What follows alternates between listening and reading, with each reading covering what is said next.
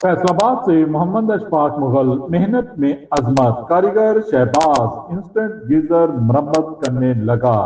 Service charges 700 रुपए। ये service के कितने पैसे लेते हो? 700 रुपये मुकम्मल सर्विस। ये किट कितने की आ रही है ये वाली? 700। ये बंडल है कितने का है? ये 1100 का है। 1100 का। तो नया ये इंस्टेंट गीज़र है, इस साइज़ का कितने का आ रहा है? ये मीडियम साइज़ है। ये 6 लीटर का गीजर है। कितने का है ये इस टाइम है मार्केट में 18 से 19,000 का। 18 से 20,000 रुपये का।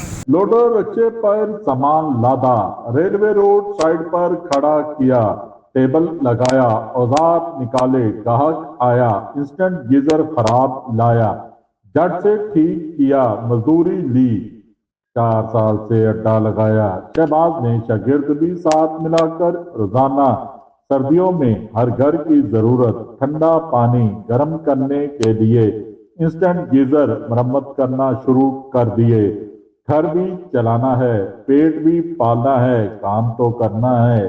देखते रहिए GS न्यूज। इस वीडियो को लाइक करें, हमारे चैनल को सब्सक्राइब कर बेल आइकन जरूर प्रेस करें।